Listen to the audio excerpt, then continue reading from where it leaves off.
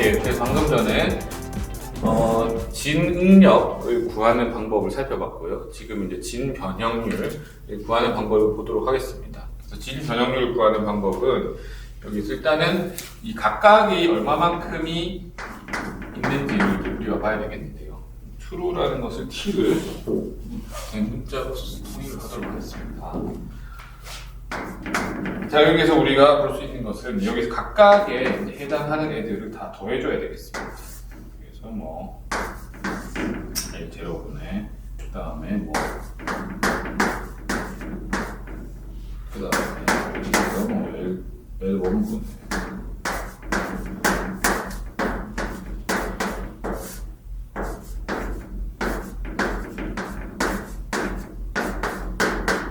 다 더해준다는 거. 이게 무슨 말이냐?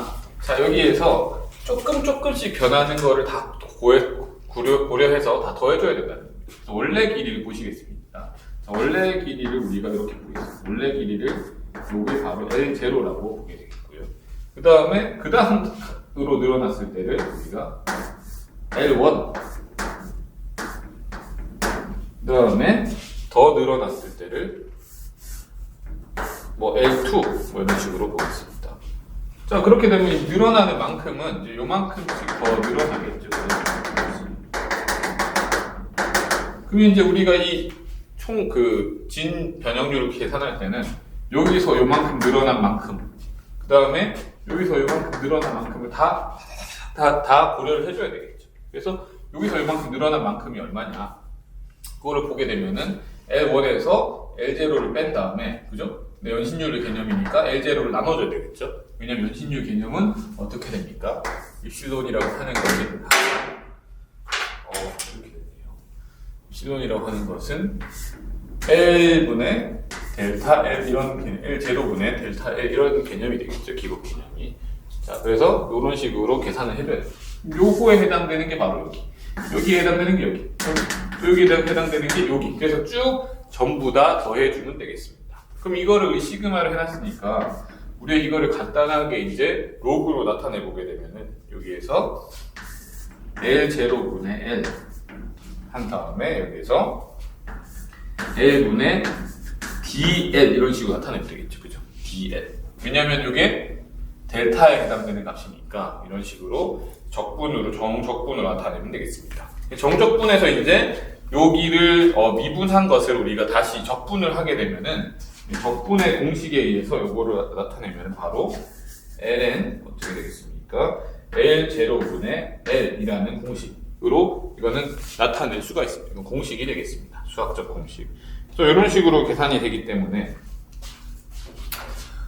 결국에 요거는 어떻게 되겠습니까? 이거 위에 써놓은 것처럼 L0분의 L이니까 ln에 다시 L0분의 L이라고 하는 거는 그 L0 플러스 델타 L 이렇게 되겠죠. 이거 다시 쓰면 이거는 ln에 1 플러스 2 이렇게 위에 있는 이 식을 만족을 할 수가 있습니다. 그래서 우리가 아까 이야기했던 것처럼 이러한 진응력 변형률 곡선을 봤을 때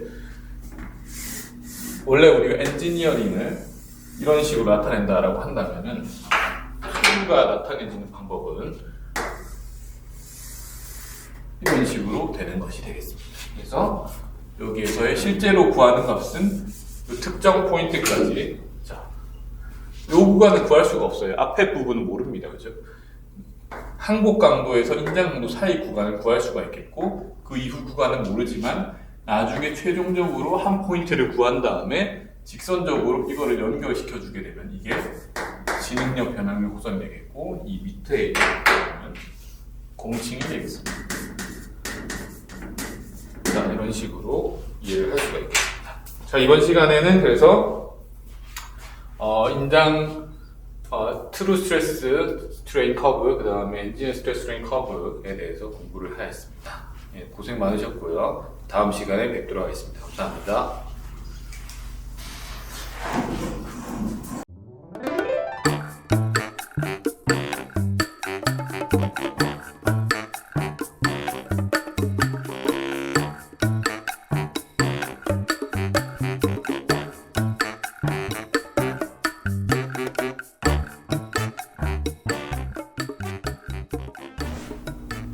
예, 안녕하세요. 성유경입니다. 이 쉬는 시간 동안에 또 학생 여러분들께 질문이 왔기 때문에 Q&A를 가져보도록 하겠습니다. 학생이 어떤 질문을 했냐면, 왜 이 가공 경화율을 구할 때 이 진응력, 변형률 곡선을 활용해야 되는가? 라는 질문이 있었습니다. 그 부분에 대해서 제가 설명해 드리도록 하겠습니다. 자, 일단 먼저 엔지니어링 스트레스 스트레인 커브를 그려보도록 하겠습니다. 엔지니어링입니다. 자, 그래서 일단 엔지니어링. 자, 그럼 우리가 앞으로 계속 이제 탄성 구간은 이제 그리지 않고 지우고 소성 구간만 그려보도록 하겠습니다. 자, 그럼 이런 식으로 그래프를 그릴 수가 있겠죠, 그죠? 소성 구간만 그렸으니까 요 점이 뭐가 되겠습니까? 항복 강도가 됩니다. 그죠? 물론 뭐 정확하지 않을 수 있어요. 0.2% 5% 한 게 정확하지 않을 수 있지만 어쨌든 요점 항복 강도라고 잡아보겠습니다. 자, 그럼 요 점이 바로 우리가 알고 있는 인장 강도입니다. 자, 우리가 그럼 여기에서 가공 경화라는 건 무엇이라고 했습니까? 가공 경화라고 하는 것은 계속 이 연신율이 증가하면서 강도도 계속 증가하는 그 과정을 우리가 뭐라고 합니까? 그럼 가공 경화라고 합니다. 여기서는 가공 경화가 일어난다는 것을 우리가 잘 알고 있습니다. 자, 그럼 이 이후에는 그러면 뭐가 일어날까요? 그러면 우리가 뭘로 표현할 수 있겠습니까? 가공 연화라고 표현하면 되겠죠? 여기에서 줄어드는 것. 라는 것이 아니라는 겁니다. 이게 틀렸다라는 겁니다. 가공 연화가 아닙니다. 자, 무슨 말이냐 하면은, 자, 여기서 실제 가공 경화는 일어나는데 여기에서는 어떻게 된다 그랬습니까? 자, 네킹이 발생해서, 자, 그럼 10편 다시 해보겠습니다.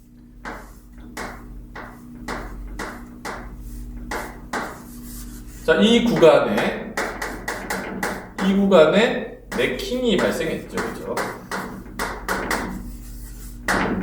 그래서 우리가 지금까지 생각했던 이 A0라고 하는 단면적을 더 이상은 쓸 수가 없는 상황이 됩니다. 자, 그래서 이거는 이 형태 때문에 연화되는 것처럼 보이는 것이지 실제로는 아닙니다. 실제가 아닙니다. 그래서 가짜입니다. 가짜. 그래서 이것을 우리가 영어로는 뭐라고 하냐면은 형상학적 연화라는 표현을 쓰고 있습니다. 그래서 여기에서는 이제 지오메트리칼 형상학적 소프트닝. 그래서 여러분들이 이것을 오해하시면 안 되는데, 이 소프트닝을 해서 실제 연화는 아니다라는 거죠. 실제로 연화가 아니다.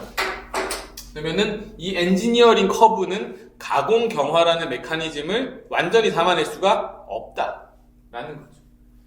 그래서 이 트루를 구해야 되겠습니다. 트루 스트레스 스트레인 커브를 구하게 되면, 자, 여기서 이렇게 돼서 쭉 올라가게 되겠죠. 그래서 어느 구간까지 이렇게 가게 되는데, 계속적으로 실제로는 어떻게 된다는 거죠? 이 구간이 존재하지 않고요. 실제로는 전체 계속 쭉 무엇이 발생합니까? 바로 가공 경화는 화괴가 일어나기 직전까지 발생을 합니다. 그래서 트루 스트레스 스트레인 커브로만 구해야 됩니다. 그래서 여러분들이 이 소재를 보면서 항상 생각해야 될 부분은, 이 소재는 끝까지 포기하지 않습니다. 여러분도 지금 어떤 학생들은 지금 뭔가 여러 가지 측면에서 학업적인 성적 또는 이제 뭐 영어 성적, 다른 부분, 여러 부분들에 있어서 가끔 포기해야지라고 생각하고 싶을 때도 있을 텐데, 여러분들이 이러한 금속 재료가 끝까지 포기하지 않는 모습을 보면서 여러분은 굉장히 젊기 때문에 다시 한번 도전하고 힘내서 으쌰으쌰 해보는 그러한 여러분들이 됐으면 좋겠습니다. 예, Q&A를 마치도록 하겠습니다. 감사합니다.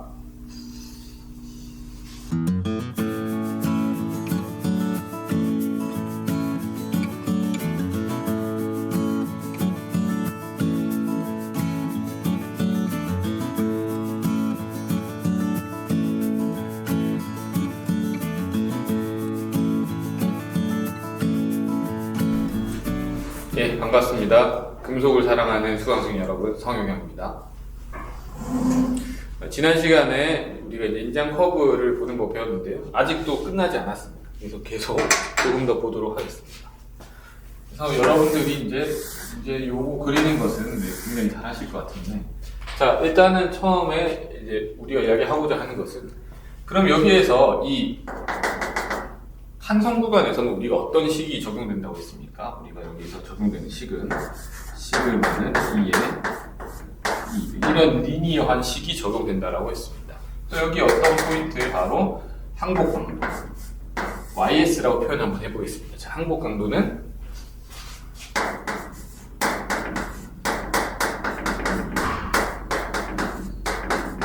영어로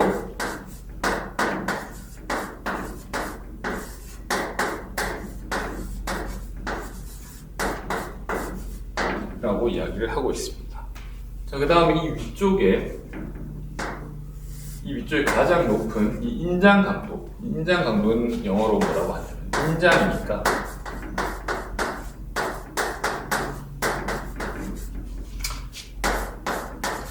텐사일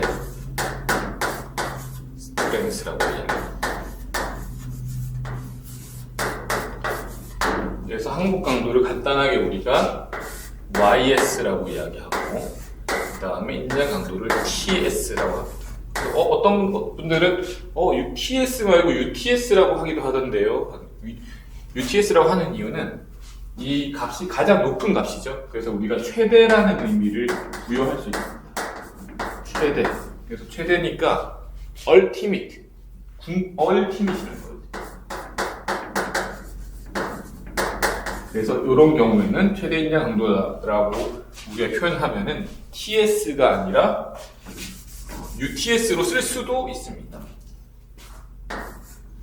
이거는 뭐 사람마다 쓰는 게 다른 거죠. 이거는 뭐 여러 가지를 다 쓸 수가 있습니다. 그래서 여러분들이 뭐 이런 것들 그런 게 나오잖아요. 뭐 좋은 거 이야기할 때 뭐 슈퍼, 초, 울트라 뭐 이런 식으로 하듯이 여기서 똑같이 얼티밋을 붙여놓은 겁니다. 자, 그러면 우리가 요 이후에, 그럼 여기에서 요게 이 소성 변형 구간에 이게 왜 증가하는가? 강도가 왜 증가하는가를 공부를 해보도록 하겠습니다. 자, 강도가 이 증가하는 현상을 우리가 뭐라고 하느냐? 사자성어로 가공경화라고 이야기하고 있습니다. 실제로 사자성어는 아니죠. 가공경화. 가공경화라고 하면 가공이라고 하는 것은 여기에서 이 일을 해준다 아니면 소성 변형이 들어간다 라는 의미가 되겠습니다. 가공이라고 하는 것은 우리가 계속적으로 힘을 가하고 있다라는 그런 개념으로 생각하시면 되겠습니다. 이 가공이라는 말이 온 이유는 이 실제 용어가 어디서 왔냐면 이 워크 하드닝 또는 스트레인 하드닝이라고 하는데, 이 영어로 표현이 그렇습니다. 이 가공경화라고 하는 게 워크 하드닝 또는 이제 스트레인 하드닝이라고 하는데, 하드닝은 여러분이 경화인 것을 잘 아실 겁니다. 하드닝이라는 것은 이제 점점 더 강도가 높아지는 경화 현상이다라고 할 수가 있는데, 워크 하드닝이나 스트레인 하드닝이라는 이 표현이 온 이유는 우리가 소재를 실제로 이 가공을 할 때 이런 경우를 많이 쓰기 때문입니다. 강도를 높여주는 거죠. 가공을 좀 더 해서. 즉, 예를 들자면은 그냥 이 소재를 쓰면은 강도가 뭐 300MPa밖에 안 나오지만 조금 더 가공 경화를 해서 항복 강도를 500MPa짜리를 만들어서 사용할 수가 있겠죠. 그죠? 물론 당연히 이 인장 강도는 변하지 않습니다. 하지만 항복 강도를 올리는 것처럼은 할 수 있습니다. 무슨 의미냐면은 가공 경화를 하게 되면, 그죠? 여기까지 갔다가 요 위에 내려오겠죠. 그러면은 그 소재 자체가 어떤 소재로 바뀐 거냐? 그러면은 이때 이 소재는 그 전의 소재와 완전히 달라진 소재입니다. 여기서부터 이렇게 가는 소재가 되겠죠. 그죠? 하지만 이제 단점은 뭡니까? 이렇게 가공을 한번 했기 때문에 균일 연신율이 짧아지고 토탈 연신율, 총 연신율도 짧아지는 상황은 되겠습니다. 하지만 이런 식으로 우리가 가공을 쓸 수가 있겠고, 어차피 이 연신율이라는 개념은 시편을 실제로 만들 때는 굉장히 큰 의미가 있지만 실편 다 만들고 나면은 크게 의미가 없을 수도 있습니다. 자, 그럼 이 가공경화하는 이 구간 수식을 뭘로 나타낼 것인가? 여기에서는 간단하게 한성에서 이렇게 나타냈는데 이 구간은 뭘로 나타낼 것인가 고민을 해봐야 되겠죠. 그래서 이 시그마 부분과 이 구간이 있는데 여기에서 사람들이 생각하다가 이 그래프를 보니까 지수 형태로 나타내면은 대충 잘 들어맞겠다라는 것을 사람들이 깨달았습니다. 그래서 이제 홀로만이라는 사람이 어떤 식을 제시를 했냐면 시그마라는 것을 가지고 있는 상태에서 어떠한 개수 K를 생각하고 뭐 여기 E라고 써도 되고 입실론 써도 되겠죠. 자, 여기에다가 N승을 한 겁니다. 뭐 아니 입실론을 다 쓸까요? 어차피 true를 다 배웠으니까.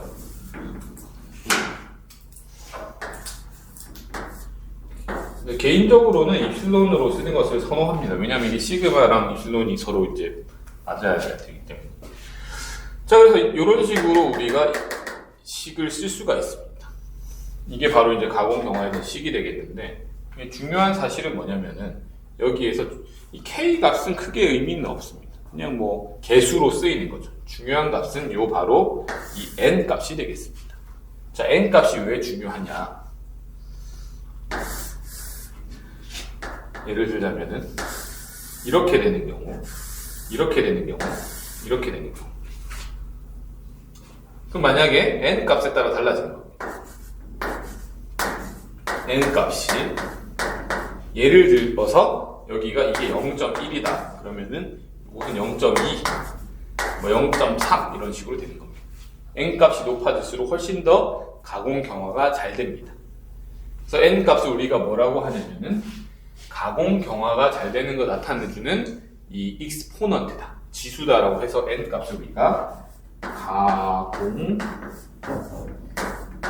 경화 지수라고 이야기를 하고 있습니다. 가공 경화 지수. 이게 바로 N이고 얘를 우리가 가공 경화가 아까 우리가 스트레인 하드닝이라고 했죠. 그래서 스트레인 하드닝 그 다음에 지수니까 익스포넌트가 되겠습니다. 이 값이 n이 되겠습니다. 그래서 이 n 값을 알면 얼마만큼 가공 경화가 잘 되는지를 우리가 잘 알 수가 있습니다.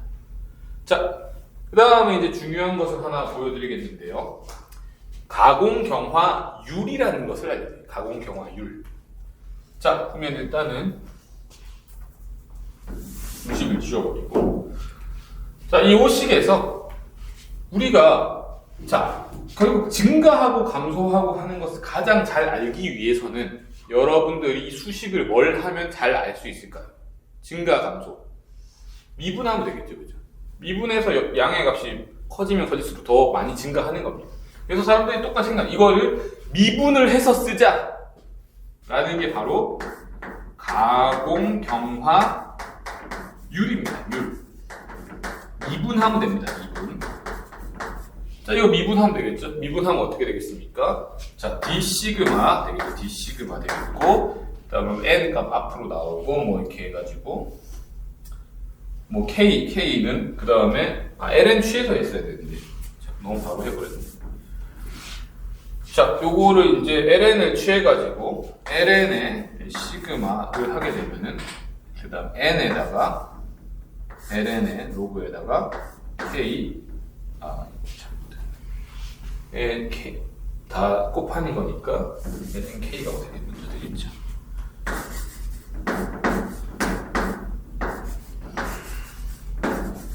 이렇게 정리를 할 수가 있습니다.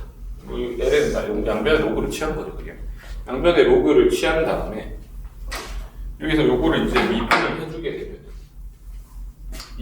되면은 여기서 이제 lnk 이런 건 날라가 버리고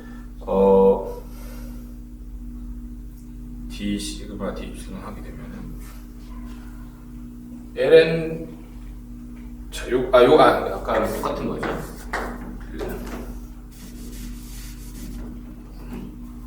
시그마분의 d 시그마가 되겠고 이것은 n에다가 입실론분의 d D 입실론 이렇게 되겠습니다. 이거 아까 우리가 봤던 공식이죠. 이거 적분하고 했던. 그래서 결과론적으로 정리하게 되면은 D 입실론분의 D 시그마라고 하는 것은 뭐가 되겠습니까? n에다가 입실론분의 시그마. 요 값을 쓰면은 요 가공평화율이 됩니다. 요걸로 계산을 할 수가 있겠죠. 자, 그럼 가공경화가 되는 것을 우리가 한번 그래프를 어떤 식으로 될 것인가. 자, 그러면은 이 구간에서 어차피 가공경화 어디서부터밖에 못 구합니까? YS에서부터 UT에서 여기까지 구할 수 있겠죠, 그죠? 자, 이 구하는데, 근데 요거를 가지고 바로 이 지금 요 엔지니어링을 가지고는 할 수가 없습니다. 왜냐하면 엔지니어링 식에서는 그래서 요거에 대한 부분들이 이 단면적이 변하지 않는 상태가 됐기 때문에 가장 중요한 사실은 이 가공경화율에서의 모든 값은 이 트루 스트레스, 트루 스트레인 값에서만 가능하다라는 것이 되겠습니다. 그래서 다 트루에서의 값으로만 할 수가 있습니다. 그래서 먼저 해야 되는 것은 우리 엔지니어링 값을 얻었다라고 했을 때 이것을 먼저 트루로 변환을 해줍니다. 요걸 그대로 쓸 수가 없고 여기에서 우리가 알고 있는 공식 두 가지를 쓰면 되겠죠. 그래서 시그마 트루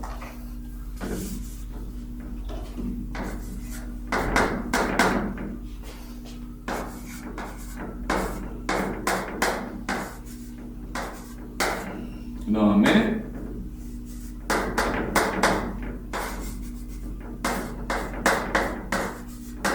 이 두 가지 식을 통해 가지고 다시 그래프를 그려줍니다. 그러면은 진응력 변형률 식으로 다시 그려줘야 됩니다. 자, 그래서 그렇게 해서 다시 그렸습니다. 그린 다음에 이걸 미분을 해서 이제 우리가 구해보게 되면 어떻게 됐습니까? 여기가 훨씬 더 가파르게 증가하고 점점 완만해지죠. 그래서 이 그래프는 일반적으로 이러한 형태의 가공경화율이 나타납니다. 그래서 이러한 가공경화율을 우리가 D 입실론분의 D 시그마로 이렇게 쓸 수가 있게 되겠죠. 그래서 여러분들이 이렇게도 구할 수가 있습니다. 이런 식으로도 구할 수가 있고, 그다음에 실제로 이제 계산을 해서도 구할 수가 있습니다. 자, 이것을 아는 것이 왜 중요한가? 자, 일반적으로 이렇게 되는데 가끔씩 우리가 이 인장 커브에서는 그게 확인이 잘 안 되지만 나중에 이런 것들이 막 변화하기도 합니다. 자, 예를 들자면 여러분들이 잘 알고 있는 스테인리스 스틸 같은 거 한번 보겠습니다. 자, 스테인리스 스틸은 그래프가 어떻게 되느냐? 이렇게 되는 게 트루 값입니다. 더 증가합니다. 더. 그럼 우리가 이거를 가공경화율을 나타내게 되면 이렇게 해서 점점 내려가다가 다시 올라갔다가 이렇게 하는 이런 상황들이 나타나죠. 그래서 요거를 잘 알게 되면 가공경화율을 잘 계산을 하게 되면 어떤 현상이 발생했는지 알 수가 있습니다. 실제로는 이 마르텐 사이트 같은 경우에 스테인리스 스틸 같은 경우에 여기에서는 트립이라고 하는 마르텐 사이트 변태가 발생했기 때문에 증가한다라고 많은 사람들이 알려져 있습니다. 뭐 이런 부분은 뭐 구체적으로 여러분들이 뭐 다 모든 학생이 알 필요는 없지만 제가 이것을 강조한 이유는 이 가공경화율을 구하는 것이 굉장히 중요한 의미를 가진다라는 측면에서 말씀을 드렸습니다. 자, 그럼 여기까지 해서 일단은 정리를 하도록 하겠고요. 조금 쉬었다가 다시 또 만나도록 하겠습니다. 네, 감사합니다. 이번 시간에 할 이야기는 지난 시간에는 이제 가공경화에 대해서 계속 많이 공부했죠. 지금도 가공경화인데 어쨌든 이 네킹 이후에 어떻게 될 것인가. 지금 가공경화는 맞습니다. 이 이후도 네킹 이후에는 어떻게 될 것인가. 그래서 우리 주제는 뭐냐? 네킹 이후의 변형.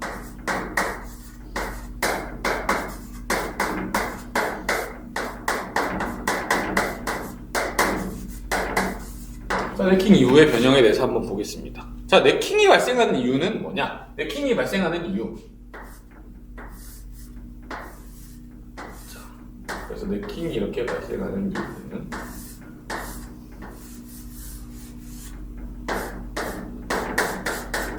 자, 여기에 국부적이라는 게 무슨 말이죠? 한쪽에 몰려 좁은 영역에 국부적 능력 집중 때문입니다.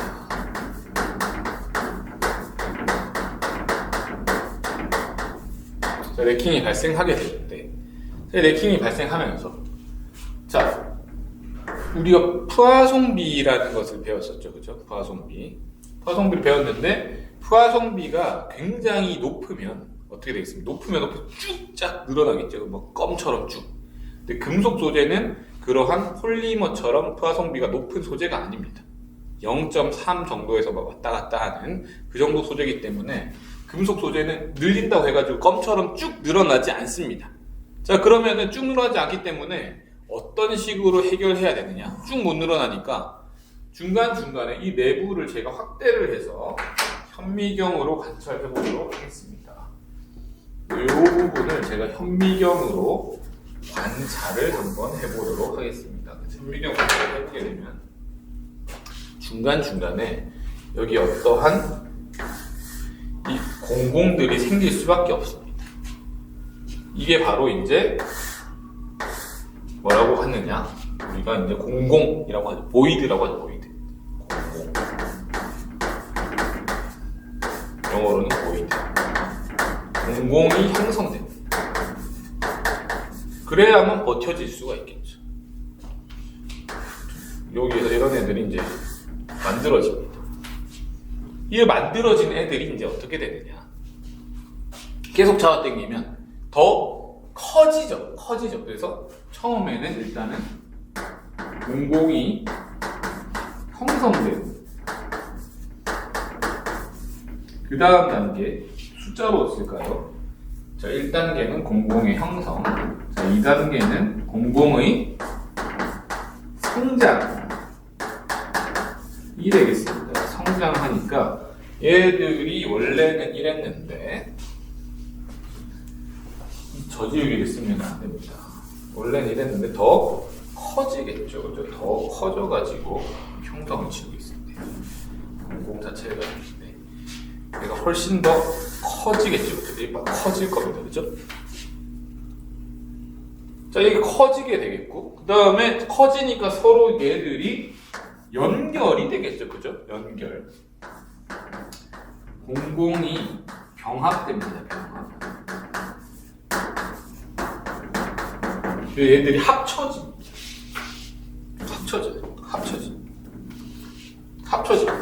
병합. 다 합쳐지고, 결국에 다 합쳐지게 되면은 공공 변합되면서 애들이 지금은 이제 작은 스케일이지만 이게 쫙 연결되면 이게 균열이 돼요. 균열. 그래서 균열이 생성되고,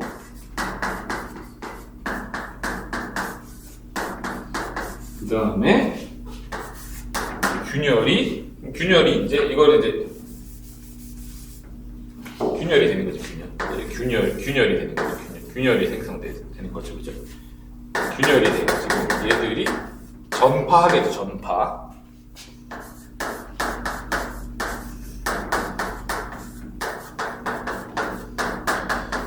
자, 끝까지 간다. 끝까지 가면은 얘들이 완전히 파단이 발생합니다. 이렇게 나누어서 볼 수가 있겠습니다. 이게 바로 네킹 이후의 변형이 되겠습니다. 그래서 소재가 요 단계에서 이제 차례차례 뭐 1단계, 2단계, 3단계, 4단계, 5단계, 6단계 이런 식으로 간다라고 보고, 단계야 뭐 이렇게 뭐 4단계로 나눌 수도 있고 6단계 나눌 수도 있고 5단계 나눌 수도 있습니다. 뭐 중요한 사실은 공공이 형성돼서 성장하고 병합하고 균열이 생성 전파돼서 파단이 발생한다라는 것이 중요한 사실이 되겠습니다. 이게 바로 네킹 이후의 변형이 되겠습니다. 자, 그러면 맨 마지막에 여기에서 파단이 발생했을 때 형태를 보도록 하겠습니다. 자, 형태를 보시게 되면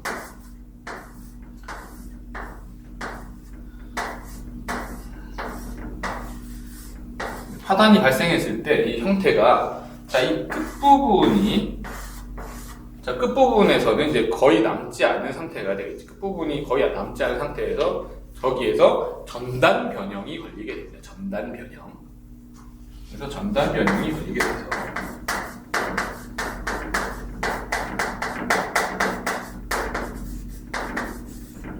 이런 식의 모양이 나타납니다.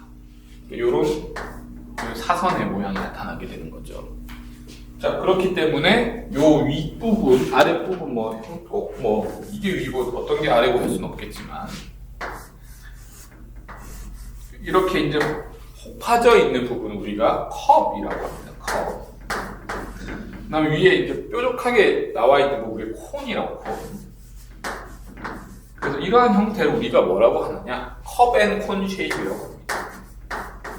컵 앤 콘 쉐입이라고 합니다. 컵 앤 콘 쉐입. 끝부분에서 전단 변형이 발생하기 때문에 이런 식으로 컵 앤 콘 쉐입이 나타나게 됩니다. 그럼 이거를 우리가 이렇게 다시 수직으로 보게 되면 어떤 식으로 나타나냐? 여기를 다시 보게 되면은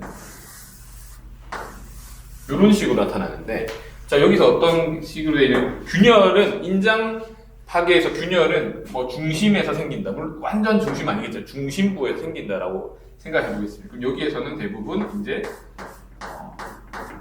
파면, 벽계 파면, 취성 파면, 약간 파괴가 진행된 부분들이 나타날 것이고, 이 끝쪽 부분에서는 이제 끝부분이 남았을 때 이제 전단 변형이 발생해가지고 이런 식으로 조금 남은 부분들이기 때문에 이렇게 구분이 됩니다.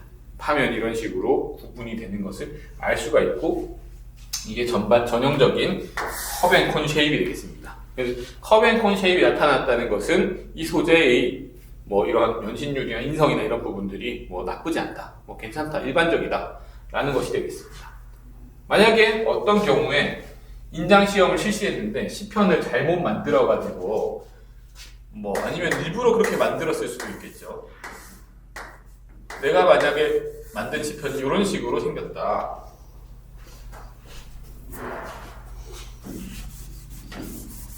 이런 식으로 생겼다 그러면은 여기에서 노치가 있으니까 이런 거 우리가 노치라고 하거든요. 여기가 파여 있으니 여기서부터 응력 집중이 되겠죠, 그죠? 그러니까 응력 집중이 어디가 되느냐가 중요한 겁니다. 자, 그러면은 여기에서는 시편, 이 인장 시편에서는 왜 내부의 응력이 집중되는가? 그거를 우리가 이제 삼축 응력이라고 이야기를 하는데요.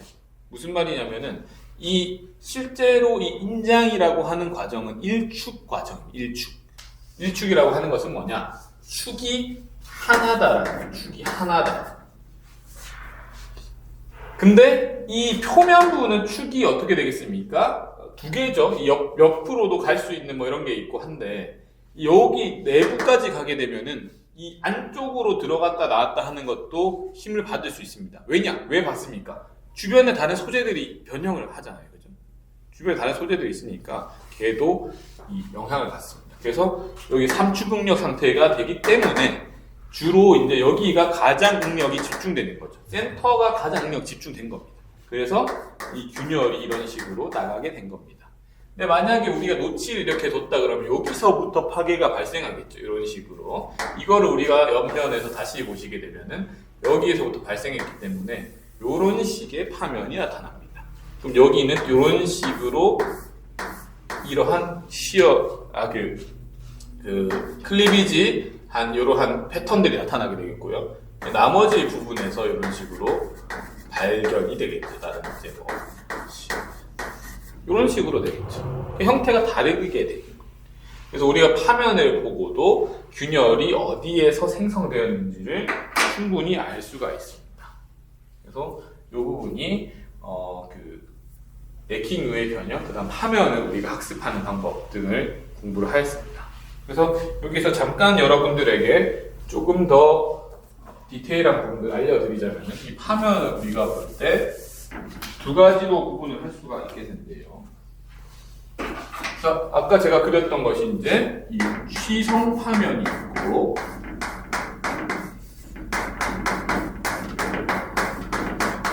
그 다음에 여기서 연성 파면이 있습니다. 취성 파면이라고 하는 것은 바로 파괴가 쭉 전파되는 형태가 되겠습니다. 그래서 균열이 있을 때 균열이 계속 쭉 전파되어서 파괴가 발생하는 것이 취성 파괴. 그래서 나타나는 면이 취성 파면이 되겠고, 아까 제가 그림을 그렸던 이런 식의 뭐 이런 식으로 해서 쭉쭉쭉쭉 나간 것들이 보인다라든가 이런 것들이 취성 파면이 되겠고요. 연성 파면은 아까 우리가 가장 전형적인 연성 파괴의 거동이 아까 우리가 배운 겁니다. 공공형성, 공공성장, 공공병, 균형 생성, 균형 전파.